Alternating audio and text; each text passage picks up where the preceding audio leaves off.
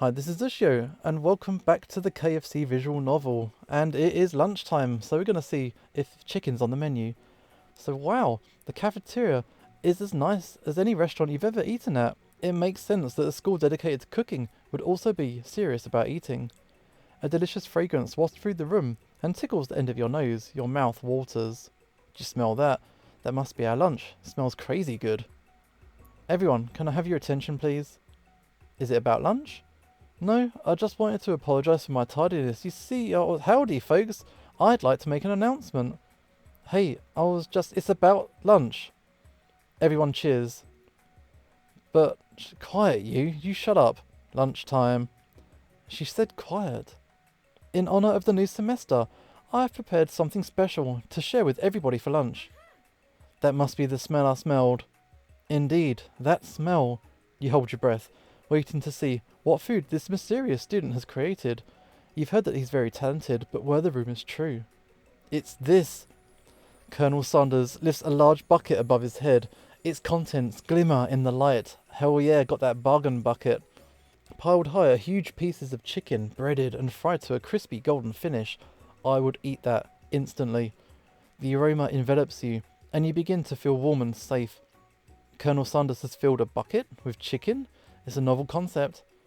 Your stomach begins to grumble, as if to say stop thinking, start eating. For years I've been developing a secret recipe for the perfect fried chicken.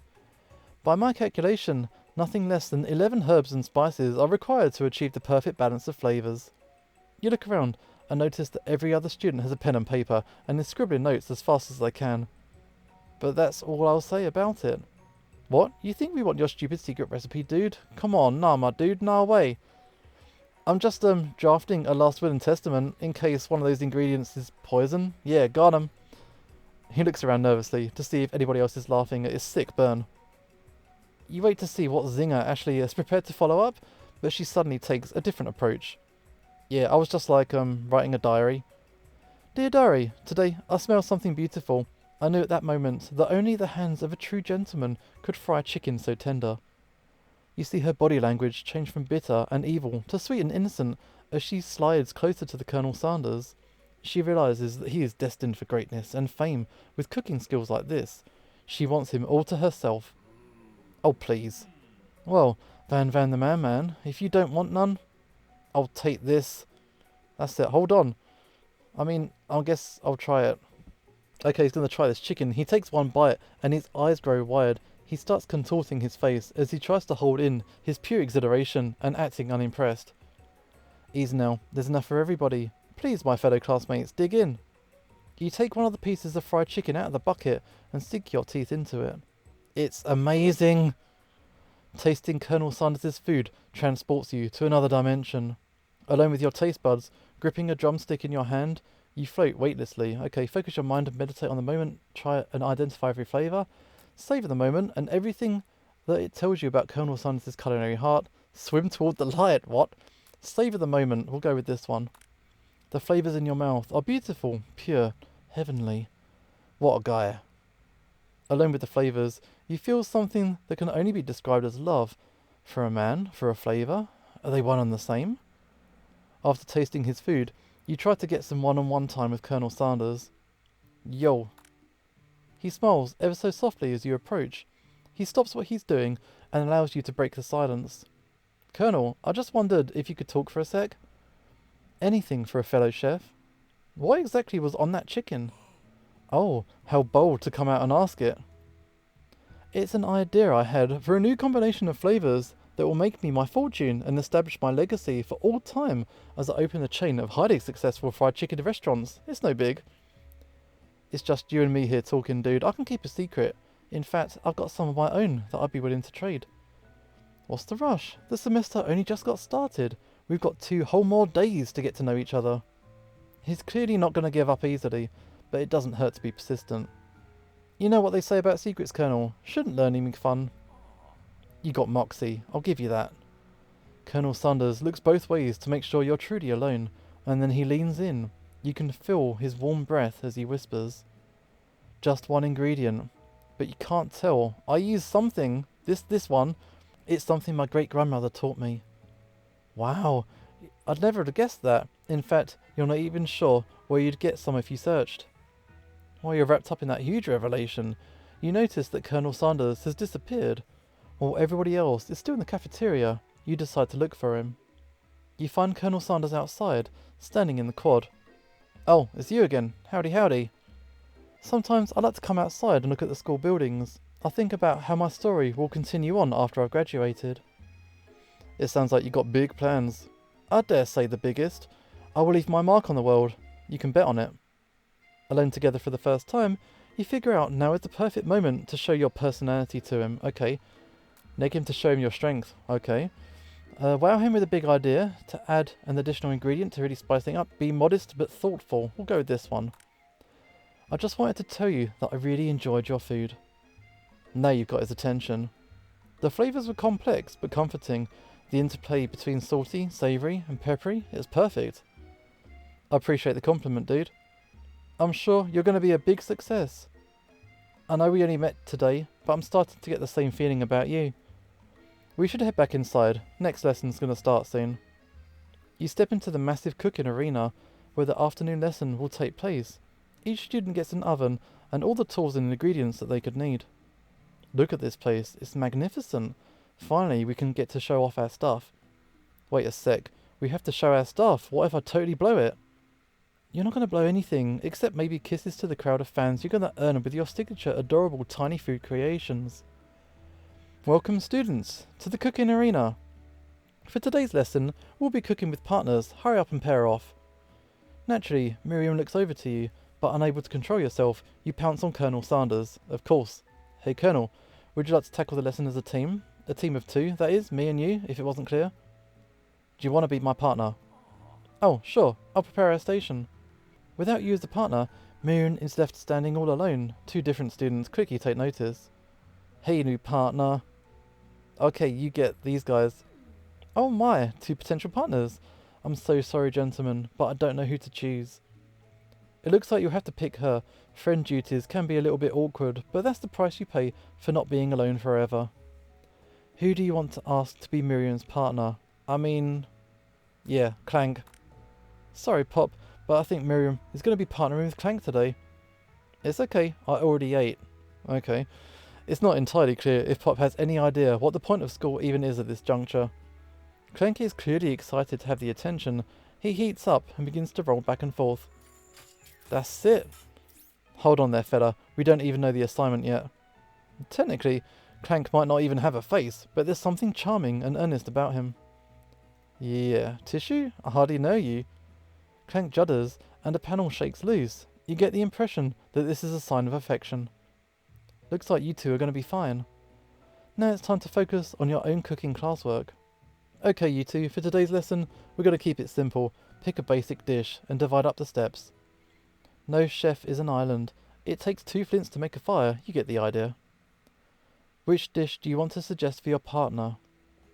Steak tartare seems easy enough. It's fancy, and you don't even need to cook it. Wow, using octopus will blow his mind. Your grandmother's mashed potatoes and gravy. Yeah, let's go with Grandma's recipe. I've always been something of a down-home chef. I was thinking we could make something warm, inviting and comforting. Maybe mashed potatoes. And gravy? I couldn't imagine one without the other, dude. Colonel Sanders casts a coy look at you, causing your whole face to go beet red. Embarrassed, you quickly turn away. I'll get the potatoes. No, please let me. Picking perfect produce is a passion of mine. Wow, looks like things are getting pretty fresh around here. Does someone have a crush on Colonel Sanders? We're just cooking. Mind your own. Sanders' heart is my business, and you better keep your fingers off my man. Wow, did someone call for me? No, Van. While I'm over here crushing Ushio's dreams, you're supposed to be taking care of our classwork. That's the deal, remember? Colonel Sanders returns, arms full of peeled potatoes. He tosses them into boiling water and turns his attention to you and your old friends. Oh, howdy there, Ashley, Van. Are we working in a quartet instead of a duet now? Actually, no. It looked like Ushio was struggling, so we offered to give him a hand. You know how it is. These young amateur chefs need a lot of mentoring. I was going to say, Colonel Sanders, maybe I could also teach you a thing or two about fancy food. Maybe one day you might be able to get up to my level, you know. I doubt it, though. Don't be rude. Personally, I have no doubts whatsoever about Colonel Sanders' ability to concoct creations worthy of admiration. After all, your fried chicken was quite spectacular. But Colonel, if you ask me, I might make a better partner than you than this thing that has positioned himself at your station. Don't you feel deep down that we cast complementary shadows? We fit together, like a thigh and a drumstick. It just makes sense. Nothing about this makes any sense, but one thing is clear. She's coming for Colonel if you don't watch out. Ashley is really going at you hard. You need to ask for some backup here before things get really ugly. Turn to Colonel Sandals, hunk of hunks, wow, in your time of need. Turn to Miriam, your forever bestie, who's always got your back. This is the Colonel's call. If he wants to do it, it's up to him. I'm here to learn and to express myself via cuisine, not bicker with prima donnas. Partners were chosen at the beginning of class, so let's all respect the format, okay? You turn to Colonel Sanders to confirm that you're on the same page. I chose Colonel Sanders, and Colonel Sanders chose me. Isn't that right? A businessman respects all fair agreements, from contracts to handshakes. I took on Ushio as my partner for this activity, and I stand by it. Based on your team's behaviour, I'd say you're perfect for each other. Neither of you have Ushio's natural talent or their loyalty. Being defended by Colonel Sanders leaves you feeling proud and full of potential. You look for Sprinkles in hope that he might step in, but he's nowhere to be found. Damn those cute corgis and their short but sturdy stature. You look down at your station and realise that in the tension of the moment, your hands have been cooking on autopilot. Distracted by the drama, you've already crushed the boiled potatoes into perfectly creamy mashed texture with plenty of butter and cream for flavour. It's as if your natural passion guided you through the steps you know so well while your attention was elsewhere. I know just what to do. Colonel Sanders extends his hand. He's holding a beautiful white porcelain gravy boat, out of which pours a smooth brown gravy, smothering your nearly finished potato dish. Gravy flows down the mound of mashed potatoes. The results look spectacular. Granny would be proud. Colonel Sanders holds the spork out to you. You reach out and grab hold of it, but he doesn't immediately let go. The two of you stand holding the same spork, and for that small moment, all of the madness and pressure in this crazy world stops. Your eyes lock. The moment's electric, and time stands still. If you love something, set it free. Together, you dig the utensil into the mashed potatoes and lift a heaping spookful up. When you see Ashley with a sinister look, you know she's plotting against you to be with Colonel Sanders. And then, filled with rage and without thinking, you fling the spookful of mashed potatoes right into Ashley's stupid, beautiful face. Van, do something! Scooping up a fingerful, Van tastes the dripping mashed potatoes and gravy and realises that it's delicious. Horrified by the revelation, he slinks away. Will he ever be able to cook something with so much love and integrity? Hold on right there. We do not waste food in the broom cooking arena. Colonel Sanders, I expect better from you.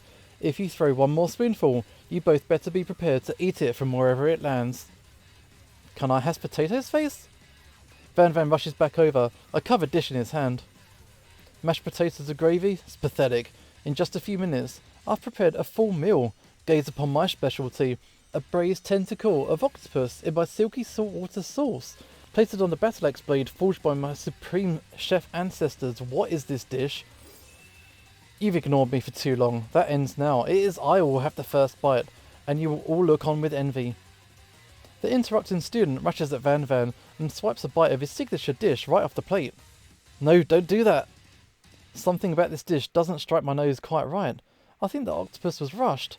I might have turned in the process. The results could be toxic. Too late. It's been eaten. I think I left something in the oven. I don't feel so good. It killed him? Oof. Everyone step back. Don't eat that.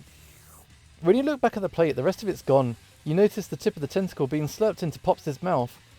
Pop winces in pain for just a moment, then is almost immediately back to his oblivious self. Oopsie. Tastes like poison. The entire class has gathered to watch Pops' final moments. Shock has frozen the whole crowd. They are motionless as statues. Class bell rings, disrupting the moment and snapping everyone back to reality.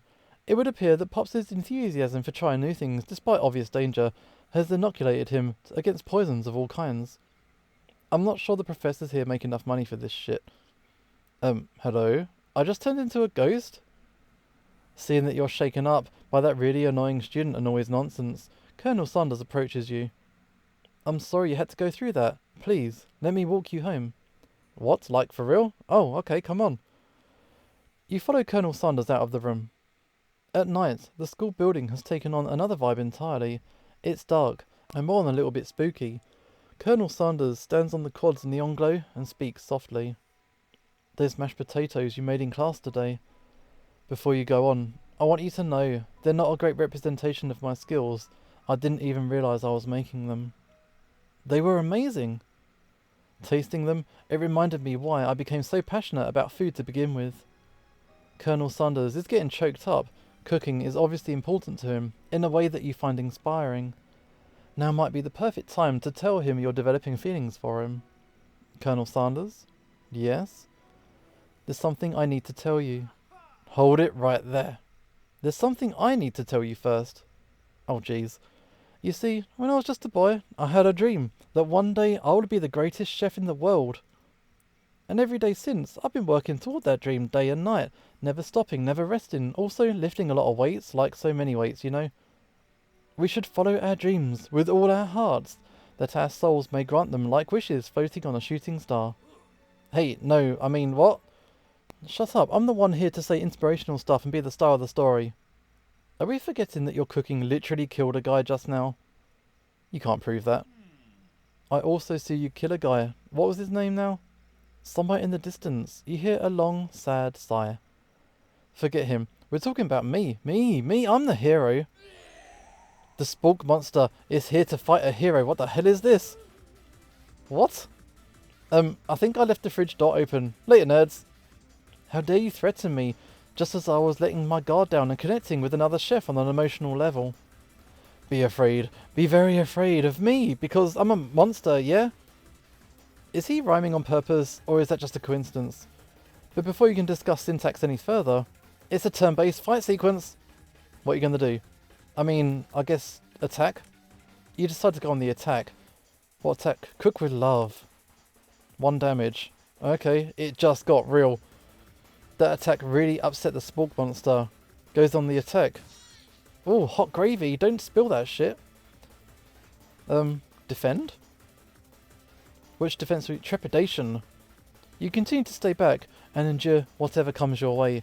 Seems like a pretty weird strategy, but okay, sure, you do you. Spork monster focuses their mashed mind and draws in energy from Mother Earth itself. They grow larger and more intimidating. How do you respond? Keep defending. Buff up. What does that do? You draw energy into your arms, thinking back on all the stirring you did in the kitchen as a child. Your muscles go super swole, but you're ready to take on anything. Spork monster's no quitter though, buffed up and ready to rumble. They go on the attack once again. Oh, we used the utility-tensile. 2 damage. If you take much more damage, you're not going to survive. Okay, we need to attack. Chow down. A powerful blow. Spork monster is oozing cheese sauce onto the lawn of the quad. I wonder who's going to have to clean that shit up. Feeling vulnerable, Spork monster prepares for its ultimate attack, Rounded Edge. Vile villain, your reign of terror stops here. Colonel Sanders summons the energy of 1,000 chickens. Pot Pie Power Pinch! Pot Pie Power Pinch does 10 damage. Spork monster's defeated. You saved me. An injured Spork monster spews steam into the night. Spare it? Finish him. Ooh, tricky. What do we do? Spare this wretched beast. You manage to tamp down your disgust at the sight of this gnarly beast long enough to realise that he's still a living creature with a pure soul who deserves your pity and not your wrath. Be gone, beast, and don't you dare come back for a follow-up encounter tomorrow. I won't forget this, and I certainly won't be back, like you said. The Spork monster scuttles off into the night. The defeated monster left behind a special item. It appears at first to be a cookbook, but upon closer inspection, it's so much more. It's a book of magic spells, with a golden chicken on the cover. You open the cover and find a library card tucked inside. The last name to have signed it is Borko, okay. That name sounds strangely familiar. Your blood is pumping as you stand in the quiet of the night, holding the mysterious book in your hands. As you come down from your battle buzz, you realise your final attack has left you completely depleted. The world around you begins to fade away. Without any energy to keep your eyes open, darkness overtakes you. The image of Colonel Sanders flashes before your eyes as you fall asleep. He must have helped you get home in your tired state. You don't know if you could have made it without him. What a guy. You want to thank him, but you don't have the strength to utter a single word. You feel your cover being pulled up over you as you're being tucked in tightly. Good night, my Colonel. In your dream, you're together with Colonel Sanders. For some reason, Sprinkles is also there, instructing your love. Dreams are weird. Okay, this is really weird. And I think that will probably do for this gameplay. This is Usho signing off, and hopefully I'll see you next time and we'll see what happens the next day at school.